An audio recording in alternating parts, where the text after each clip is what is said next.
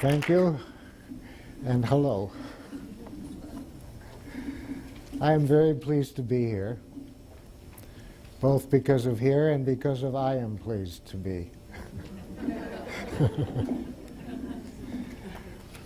And it's really also a privilege to be the third speaker because so much work has already been done. That's wonderful.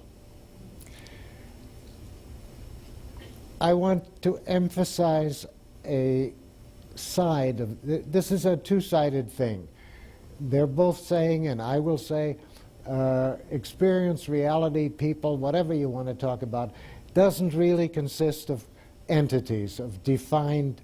I mean, there are entities and defined units, but it doesn't. Nothing really consists of those. Everything is more than that.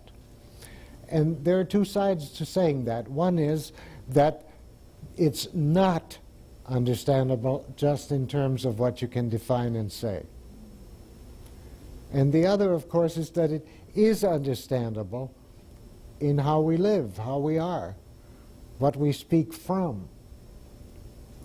And I want to emphasize, since I'm third and I get to do that, the side of both speakers that brought you how we do understand more than and differently than in defined terms and concepts and entities and cut and dried distinctions and either-ors and implicit taken as an entity all over again.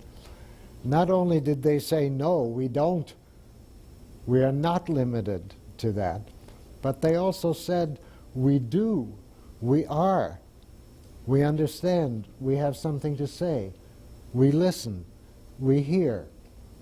Donnell was saying, it's got to fit. And then he had another word which I wrote down because, oh yes, the question is when you say something, does it do it justice? Well, we have now had 30 years of people emphasizing the un. It's not linear, it's not defined, it's not, to the point where a lot of people gloried in upsetting everybody and saying there's nothing. There's nothing at the bottom. We make it up. It's all interpretation, but there's nothing there to interpret. Nietzsche said, it's all made up. There's nothing there. These people are well beyond that point, correct? You do it justice. It has to fit. It's not just the brain, it's the whole body, she said. I heartily agree. It's not going to be reducible to neurology. When I was a student, I was supposed to be chemistry. Now I'm supposed to be neurology. But you see, science advances. It makes more and more of these beautiful, helpful analyses that help us make things. Let's not put down the technology that lets 6 billion people live in the world. Let's not put it down, but let's just understand that this human capacity to make entities doesn't do away with where we live, doesn't do away with where we make entities from and check them against. They have to do it justice. Science operates in interaction. They just don't remind you of this. They always say everything is the way we say it is this year. You know, 5 years ago we said all kinds of other things, and those aren't even there anymore in the library. They're over in the archives, in the history of science. And so 5 years from now it'll all be different. But that doesn't mean it isn't precious and life-saving as far as we've gotten, whatever we've got. So I'm not putting down entities and logic and science and computers and technology, and I don't think they were either. I'm just saying we need to understand that in a wider frame. And what's this wider frame? Well, it's the implicit. Okay. Now that Donna's done with that job, I have to say mine is the philosophy of implicit intricacy, to keep it from falling into one slot or another. And by intricacy I mean what, let me finish saying, I would like you to shift from the nothing place to the realization that we speak from, which they both said also, that we speak from there and we think from there. And where's there? Well, I'm talking to you and I'm saying there is sitting in the chair where you sit. You might just be preoccupied with listening to my words, so you have no other words in your mind right now but my words. But you're not my words. And you're also not hearing my words as if they were just my words. You're hearing them with the implicit intricacy that is there with you. And one of the things that I plead for is when you use concepts and theories and all that precious clarity, bring the implicit with you. There is no distinction between the implicit and the explicit, because what the explicit is the implicit. When you say something, somebody can tape record it and quote it, and that's supposed to be different from what you meant implicitly. But there's no such split. What you said is what you meant. That's why we have to come back to you and say, well, what did you mean? Because we can't make it out from just these words here. So the implicit intricacy is where we live. And from there we understand. And from there we can think. But the trouble that we're up against with that project is that they taught everybody in school not to do that. They taught us to memorize so and so many concepts, maybe 3 a day or something, and then give them back. And what they called creativity is if we give them back in a slightly different arrangement. If already we change them a lot, then we fail. So there's this little zone where you get to arrange something. That's not thinking. That's rearranging the checkers that you were given. And it's a very important skill to get through their school system. You got to have it.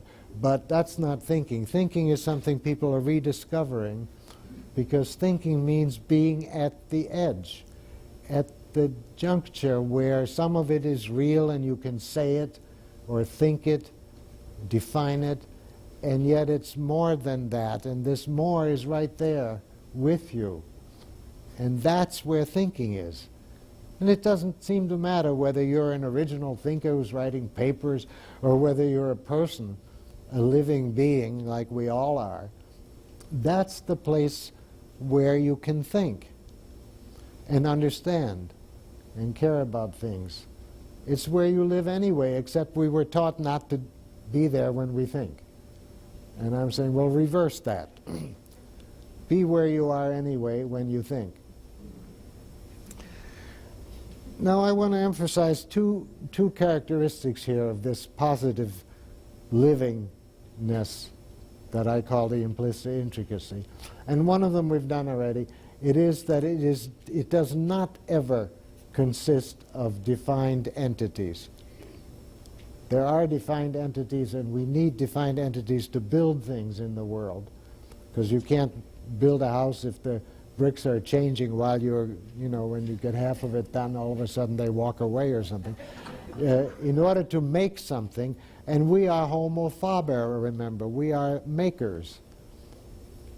And so it's, again, a precious human capacity to make logical entities and then to make concrete things out of logical entities like we do.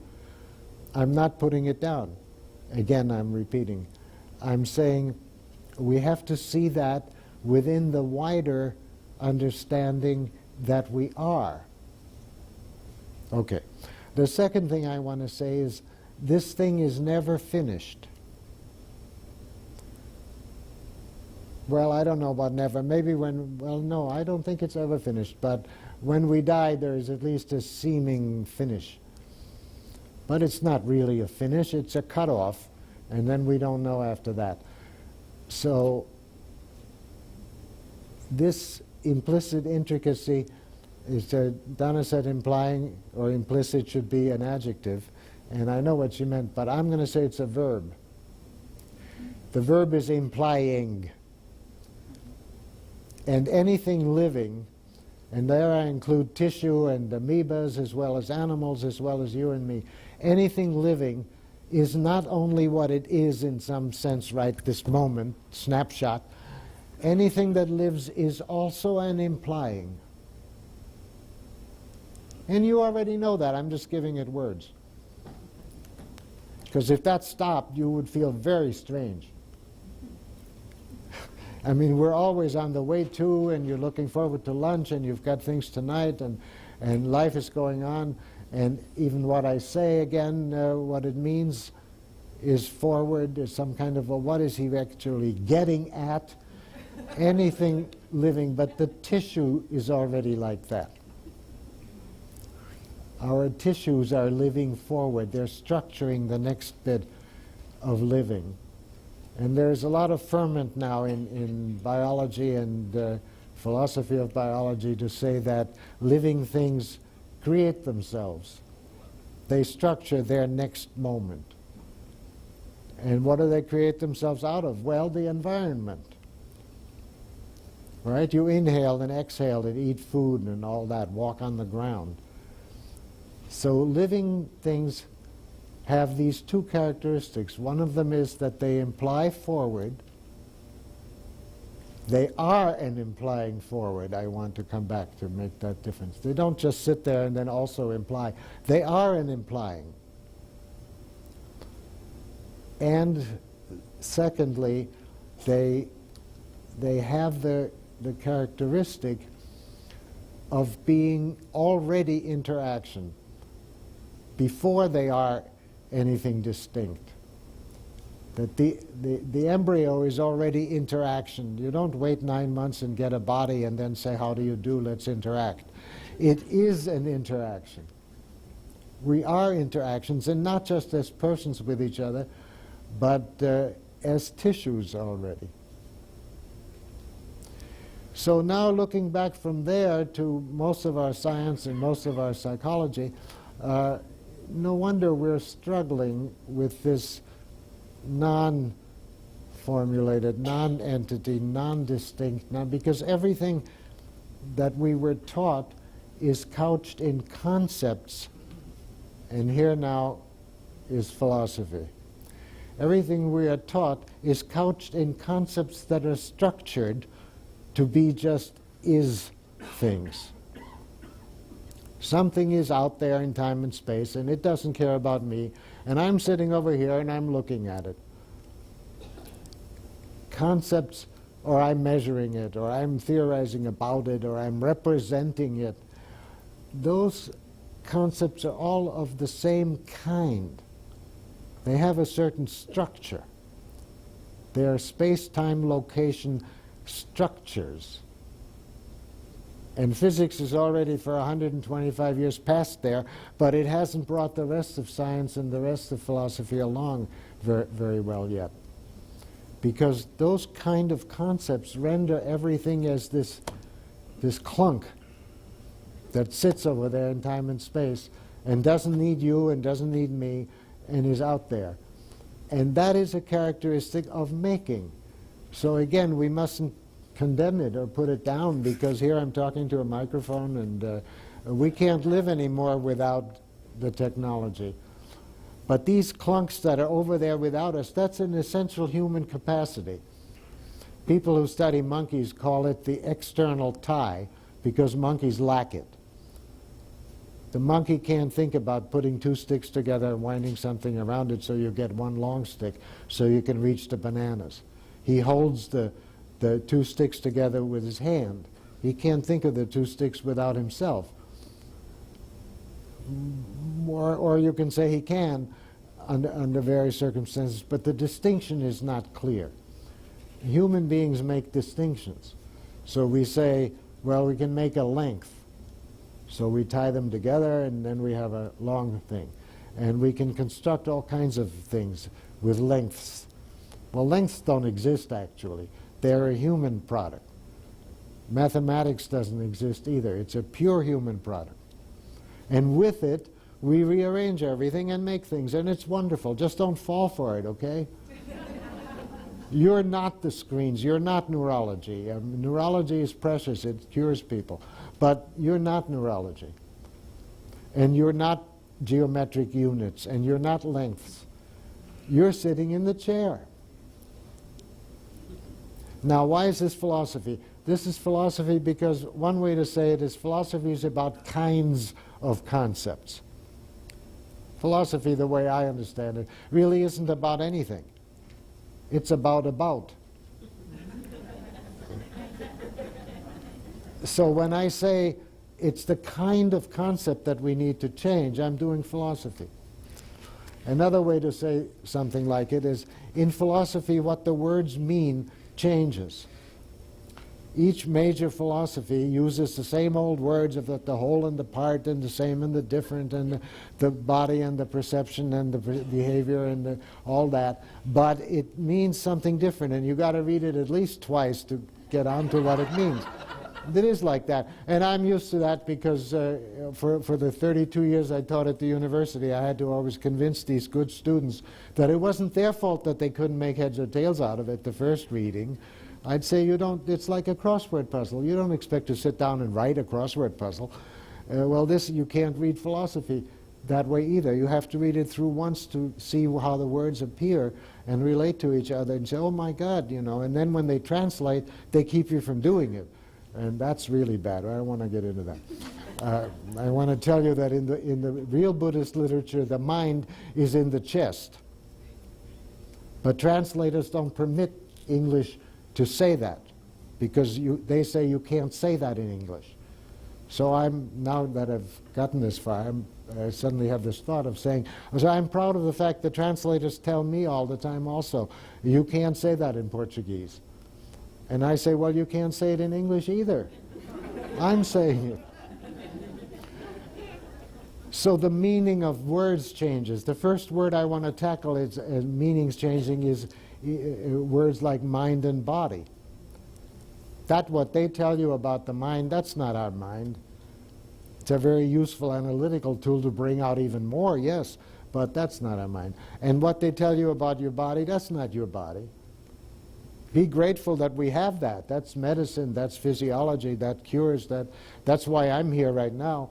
I'm not going to say that that's wrong or anything, but that's not my body at all. It's an analysis of my body that we need. It would be like a photograph with lines on it, or it would be like the earth with meridians on it. Meridians are very important. They help us find things. The Chinese meridians are also very important because they help us find things. Every theory that's any good at all is important because it helps us find things.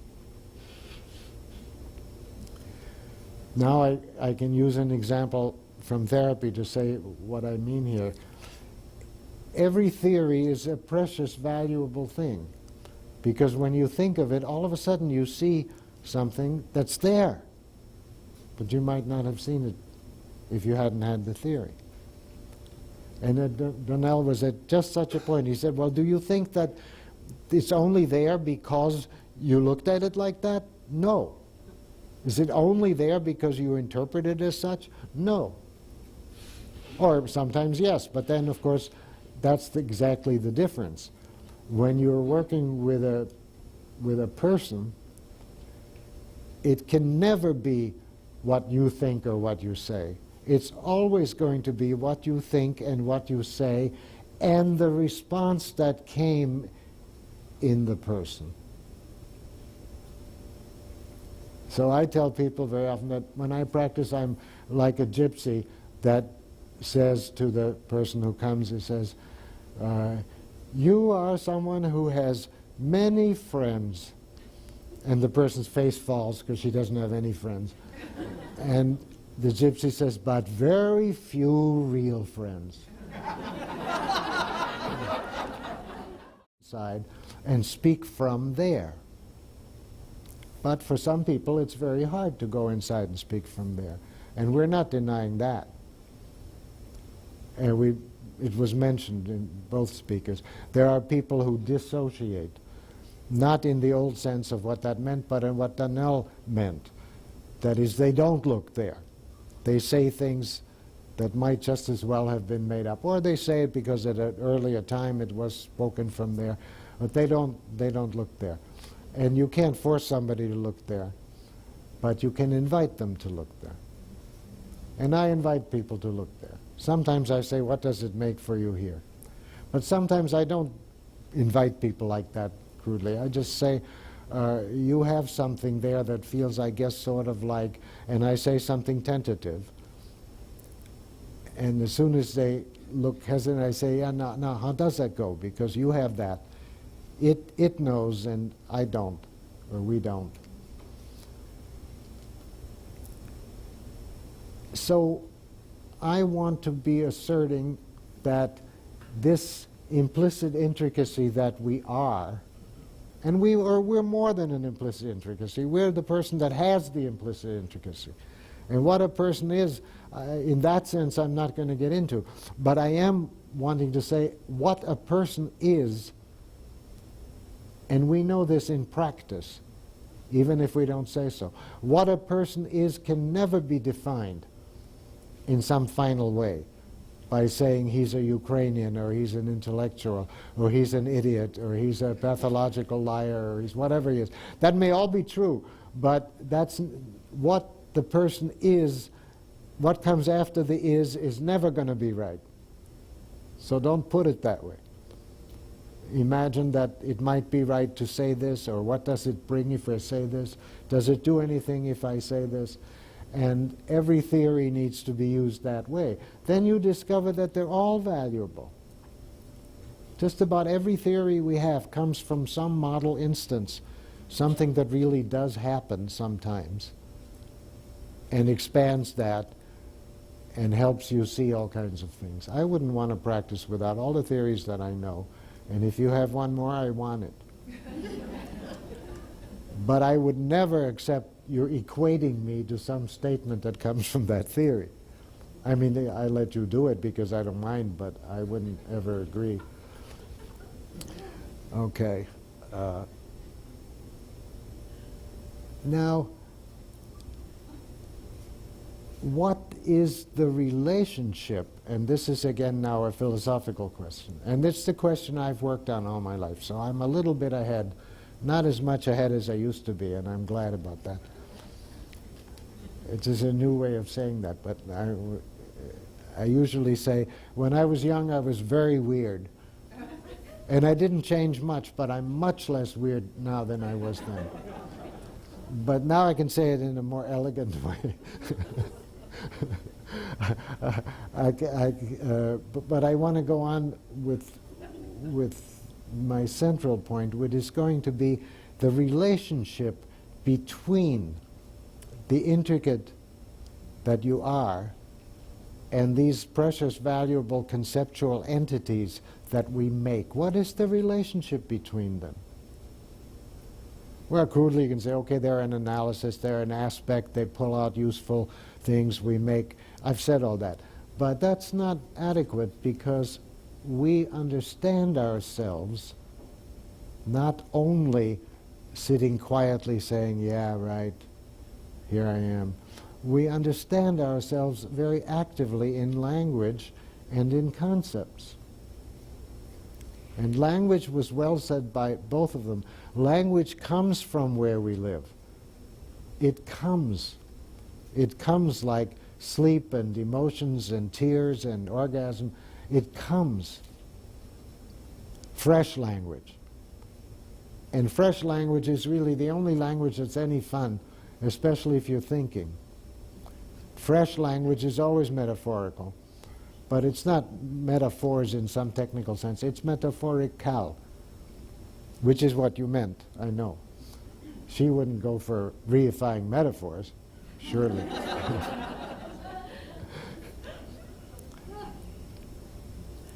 And there would be much more to say about how language comes, how it is that we live in a situation, we interact with people, or we're away from people, that's still people that we're away from. We're doing something, and we need to say something.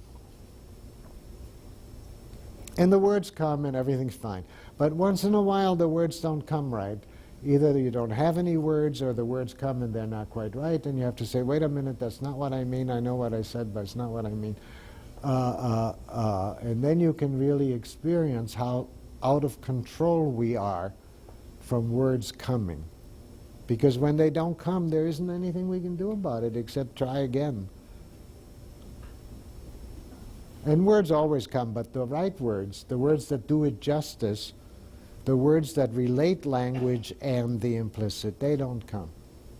Or they do come finally. And then when they come, oh yeah, that's what I meant. Of course, I didn't know it in these words, I didn't know it so exactly, but these are the right words.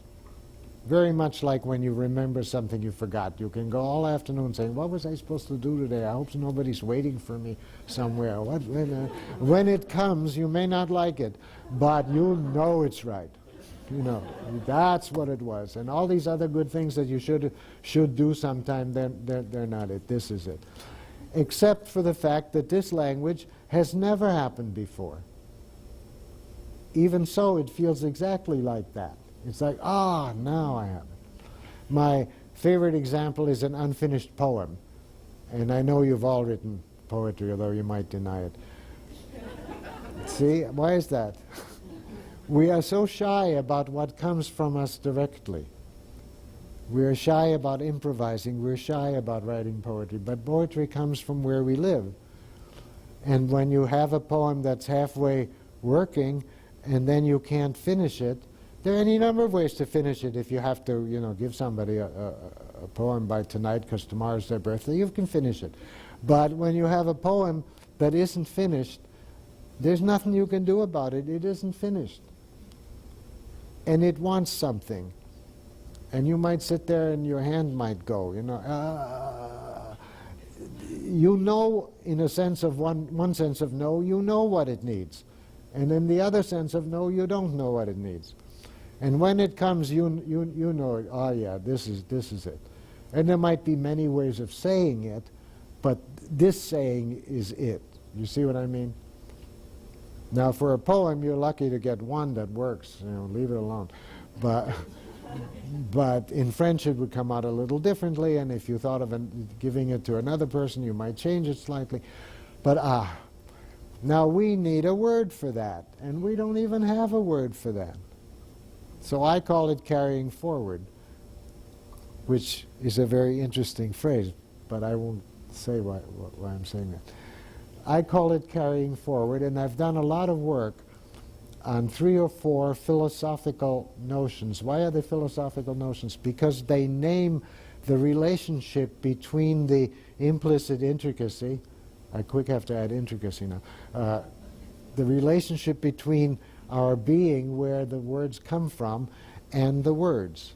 The words carry us forward. To speak is another bit of living. It's not just an aboutness that floats in aboutness heaven. It is another bit of living. And now I'm here to say that thinking is also like that. That making concepts, when we make houses or machines, we know why we're making them. We're carrying forward a certain juncture in living, which this thing that we're making is going to help us with it. And when we make concepts, which is part of making things, because we think them before we can make them, when we make concepts, we're carrying forward where we live. So, back to saying, please don't only think that way we learned in school. Stay where you live and notice how interesting even stupid thoughts get when you look at them from there. How can anybody be saying that? It's very interesting. Pretty soon you see how they might. Stay where you live and think. So carrying forward is an important concept, and I found over the years that it also works very well. Anybody who reads me uses it already, even in arguing with me.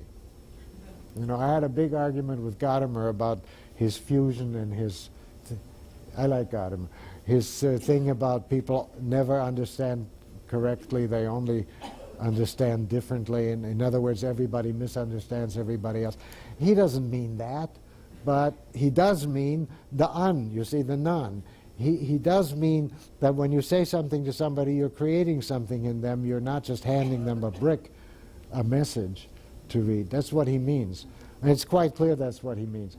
But his associate who was arguing with me is arguing that Gadamer doesn't think that we misunderstand each other, even though he says that. He doesn't mean that. He means that we carry each other forward.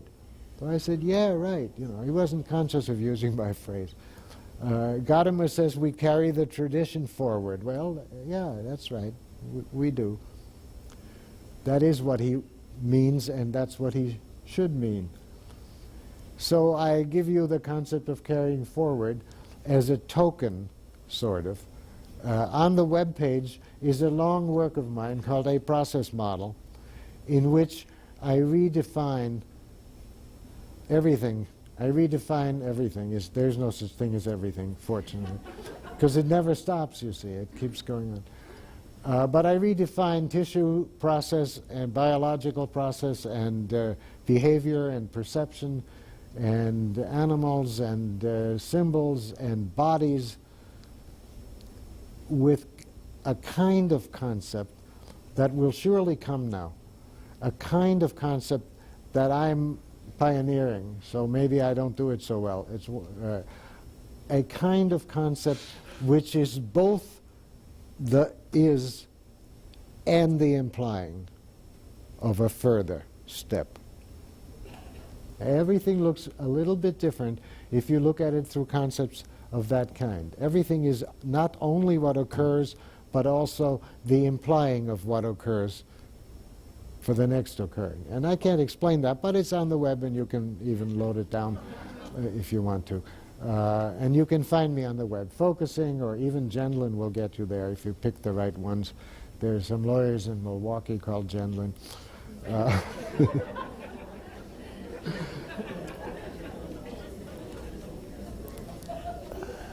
Another such term, and these terms, these words come from studies. So I want you to imagine that there's pages and pages and pages of stuff, not the process model, other stuff, about the relationship that the words carrying forward name. What happens to logic when you relate it to the implicit intricacy? Do you lose it? That would be terrible. Do you get stuck within it? Then why relate it to the implicit intricacy? Something more interesting happens. We can regenerate the units of logic, because logic consists of units.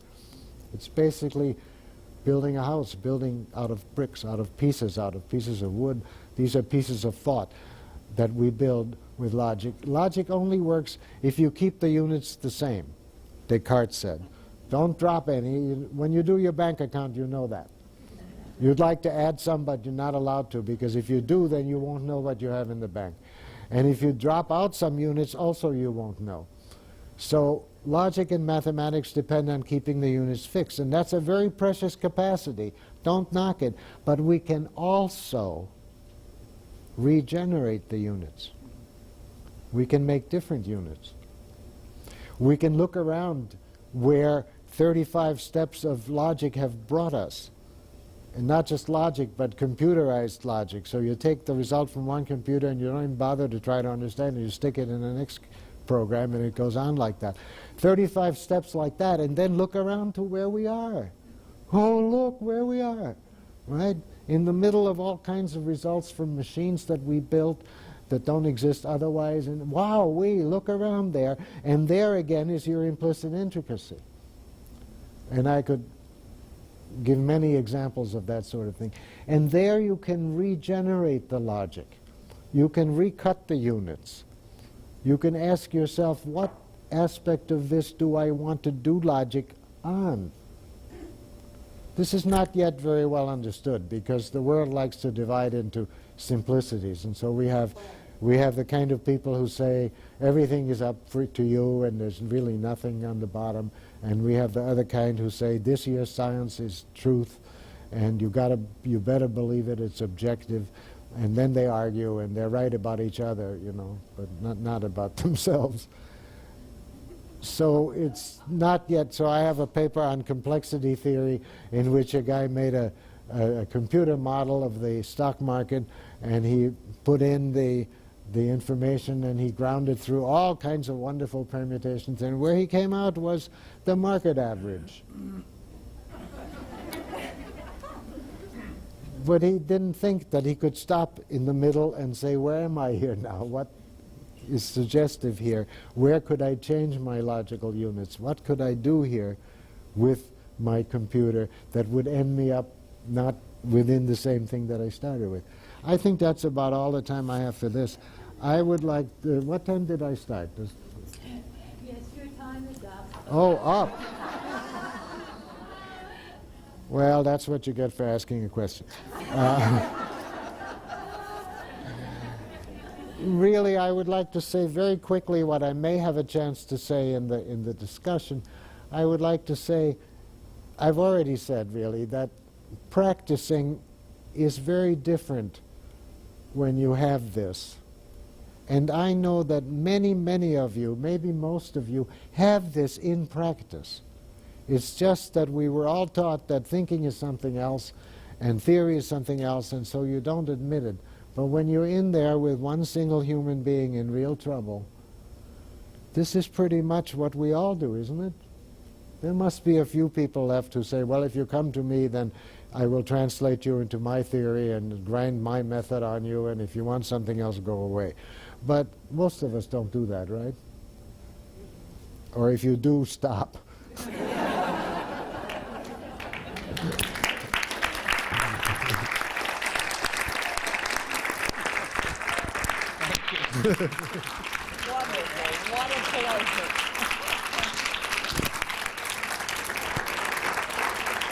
Thank you. Donna, can you help me get this off? Sure. I will try. I adjusted. Well, thank you, Gene. And again, keep your questions pithy or comments and come up to the microphone. You have to put it back on there. I'll try. Oh, boy. Dive right in. I just want to thank you, Gene, for what you said, being from where you're sitting and being where you're sitting. It Yes. felt so uplifting, lifted my heart. Thank you. I've never seen other presenters on a dais with the speaker that you look like they're enjoying themselves. Thank you. It is true, and that where I ended was just right in that sense. It's true that the importance of what I say very often is this. It's somebody comes up and says, thank you for saying that. That's what needs to be said. You know, I know it already, but thank you for saying it.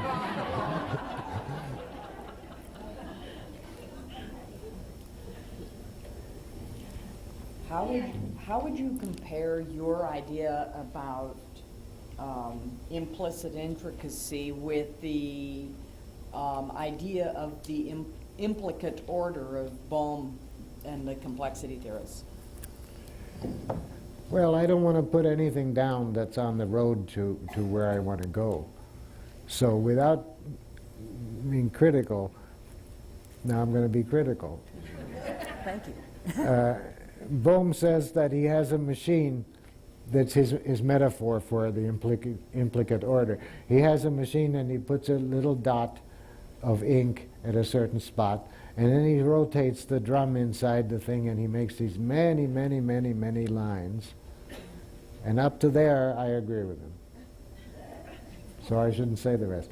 Then he says, if you rotate it backwards, it goes all the way back to being that little dot. And that's not true. Thank you.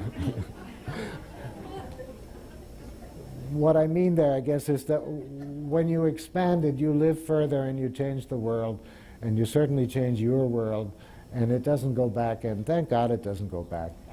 Thank you.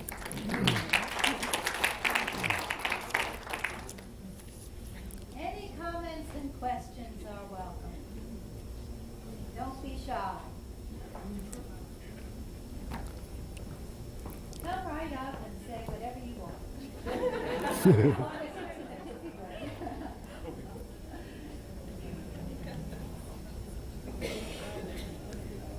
Could you say how your understanding of carrying forward relates to the concept because it's the self or whatever, but Sure. are they connected, and how do you see that? Well, self-actualization, you mean as Carl Rogers had in his theory? Rogers or Angell, yeah. Or who? Andras Angell? Oh, yes, yes, yes. I mispronounce him, I think. I mean, you probably pronounce him correctly. Angell? All right, I'll learn that. One of my favorite people. No, to me, I'm carrying that forward. Can I say that way? I worked with Carl Rogers for a stretch and learned everything from him as far as practice is concerned. Maybe after that I learned a few more things, but I learned most of what I know from practice from him. So I wanted him to get all the credit here. And self-actualization.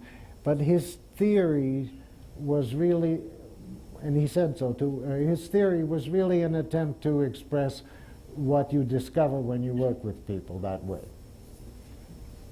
That if you listen to people, and if you take their meanings, and sure, you can do all kinds of things. He was never just purely client-centered like some Orthodox people are.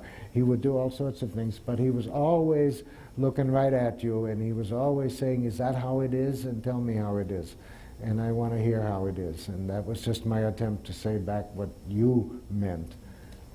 And when you do that with people, they get very beautiful. They open up and they become more and more visible and more, and all the positiveness in life comes out. And so then he was up against, how do you say that? And anyhow, nobody believed him in those days anyway. He was supposed to be just optimistic. Well, you get optimistic about nature and human nature when you do it that way. So he couched that in the self-actualization principle. So there's nothing about it I would disagree with. But carrying more is different for you, or more. Well, it's carrying it forward. Now wait, that's not just a joke. For me, it happens constantly that what I'm saying and how I'm saying it come to the same thing. It's a certain reflexivity. It's like carrying forward carries that understanding forward and comes to me through that work. So I'm being serious, not just cute, when I say, well, it carries forward. We don't have a good term, and my term is now the term for this. What do you say when you don't disagree with anything, but you just develop it further until it's so far developed that you can no longer attribute it to that first thing? Then you're carrying it forward. So that lets me say something I should have emphasized and didn't. Life process is, I'm just going to assert it, and then you can ask me some other time why I can assert that. Life process is inherently constructive. It's inherently structuring, implying a next step of living, not of dying. Of relating, not of destroying. Of building. Life process is inherently positive in that sense. And so, of course, the question is, why do we have so much trouble? But that's not where I want to go. You know, I'll just say for quick, if the whole thing weren't so beautiful, then the sad things wouldn't be so sad. So you can have some comfort out of that, that the beauty is much larger than the sad. But what is important here for practice is that so many of us get so used to working the bad stuff that we miss the moments when the thing that we're working for happens. And we don't need to do that.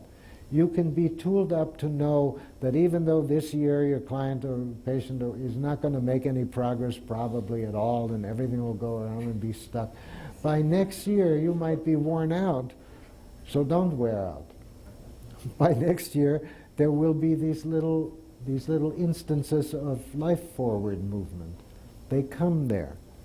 And we want, of course, today if we can, to have our person speaking from and paying attention there where these life forward steps come, but they always come. Well, they may not come with me because I'm a limited human being, and they'll go to some other therapist and there it will come. And that's a comfort, right, when you practice, that you're not, everybody isn't exactly like you. The people you fail with, other people don't have trouble with, and vice versa. They come to you from other people, and you do okay with them. So I want to have said both, that the inherent nature of living is positive, is forward, is structuring the next bit of living.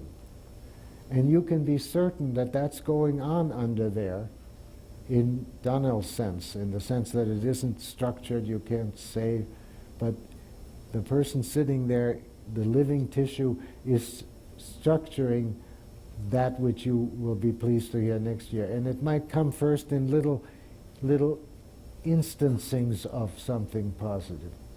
Like my person said on Thursday, she said she felt all obligated about this man who did this and that, and then she said, and you know what? I threw his card away. And went right on, you know. And I said, wait, you threw his card away? You really did? Wow. Yes, she said, I just didn't accept the obligation and all that weight. And, you know, just my commenting, and off she went, carrying forward that moment of positiveness, right?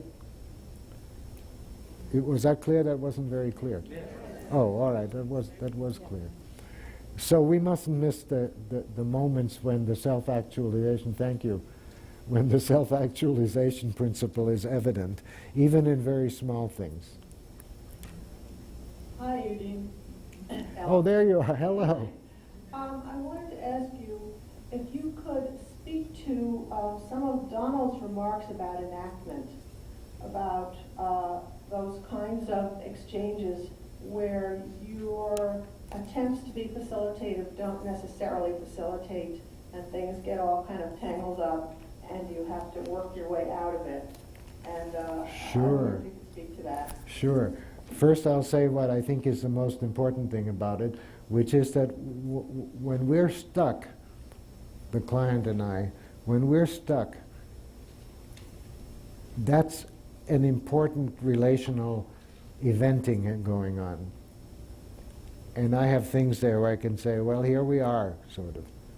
And I do a lot of babbling, I call it. A lot of manifesting that I'm here, damn it, and I'm really here, and I'm here, and I'm here, and you're there, and you're there, and you're there, and you're there, and I'm not saying anything. So I say things like, you're there, and I'm here, and we don't know what to do.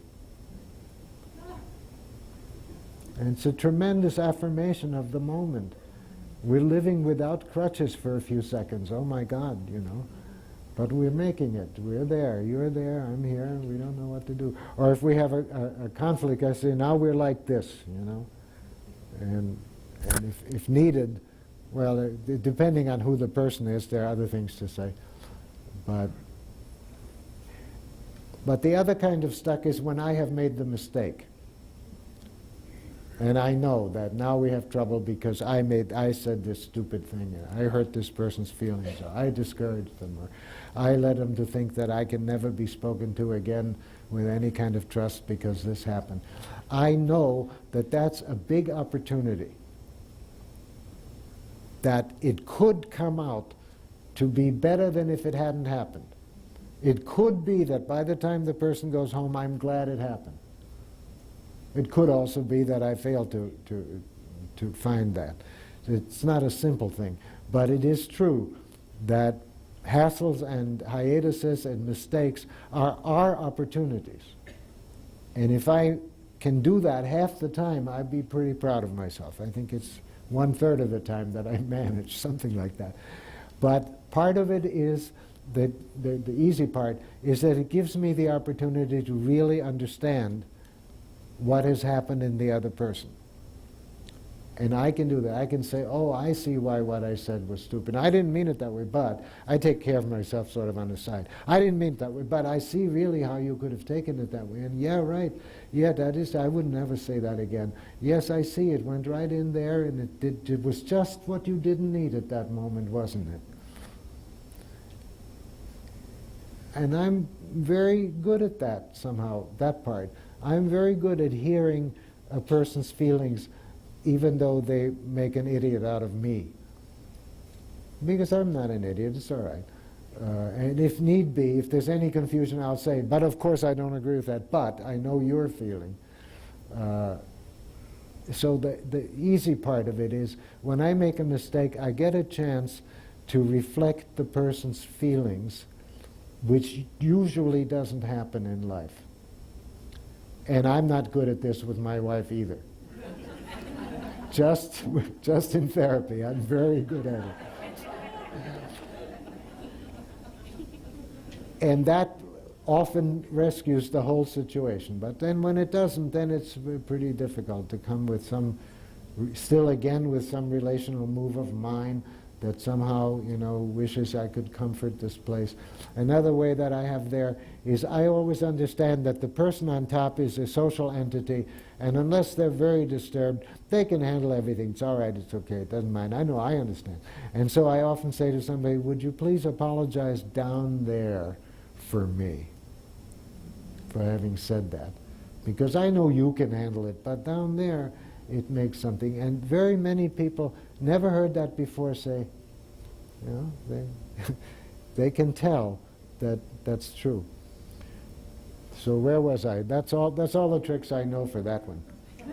Yes, come on up. Could you please publish a book of about 10 sessions of your transcripts where you, like Paul Rogers, where you show your interventions with patients?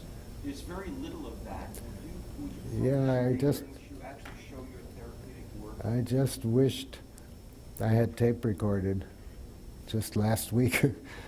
Yes, that's a good point.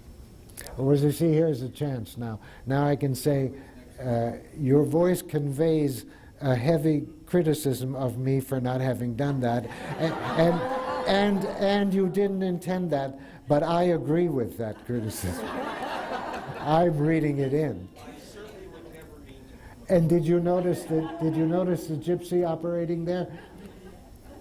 There was no relief on his face. What came on his face was, oh my God, he thinks I meant to criticize him. And so I quickly said, and I am reading that in. But it's true. It's true. The only tapes I have are from too long ago now. But I'll try to do that. We do have some videos that Charlotte has done of demonstrations, so that might do I something. don't know how good they were, but they're on sale probably, aren't they? Okay. Anybody else? We'll take one more question and then we'll let you go to lunch. Give me some trouble. He likes trouble. At this point, people want lunch. Okay. I think somebody may want to give you some trouble before you get to have lunch. So I want to say, if I should know you, or if I do know you, will you tell me, please? Because in this situation, I wouldn't know. One of my focusing partners is here, but he's my partner on the telephone for a year or more, I think. I've never seen him. So I had a big experience. I'm so glad he told me who he was. But if you even slightly know me, tell me, yes. Has your thought about focusing shifted over time and moved forward? Has it shifted over time and moved forward? Oh, yeah. Where I started, we've got any number of people who can teach focusing very much more effectively than I can, and I'm very proud of that. And uses to which focusing is put that I'm amazed at, and and I write one person in particular, I want to say who, I just wrote and said, how do you do this, How are you teaching this? Because I can tell that she gets results that I don't get. So it's moved on from me. Now, that's not maybe all you meant, but how has it changed? Well, it's changed. The most that it has changed is from a psychotherapeutic tool to a thing that everybody wants and can have, not related to your personal problems necessarily, related to your thinking or your work or your interactions, any of that. That was nice. Okay, There's one more there. Can I have it? Okay. Just wondering, how do you integrate with the death of tissue. With the, Death of tissue? Death of tissue. well, that you're going to have to read in my thing, because that's a complexity of how something like behavior develops from a tissue process. So that's complicated. But yes, that's the right question. We don't want to have a physiology over here and a behavior science over there, and they can't even talk to each other because the system doesn't work across when we know very well that both of it is involved. So that's a nice question. When you said integrate, I do get, since we have to stop, to emphasize one thing. I am saying that the implicit intricacy is more organized than anything we can ever say. Yes. I'm saying it is more organized. It's not unsayable because it's too primitive. It's unsayable because there's more to your living than you're ever going to be able to tell yourself, let alone anybody else. And you know that, right? But yet it's a revolutionary thing to say all the same. It's not a lower level of integration, or to respond to a question that was for Donald. It's a different, and I'm, congratulate you for standing strong there. It's a different kind of order. It's not a lower order. It's a richer, more complex, more intricate, but different order from the logical order. Okay. Glad you Enough. did that. Let's set you free. I love that point. I love that point so much. Where's your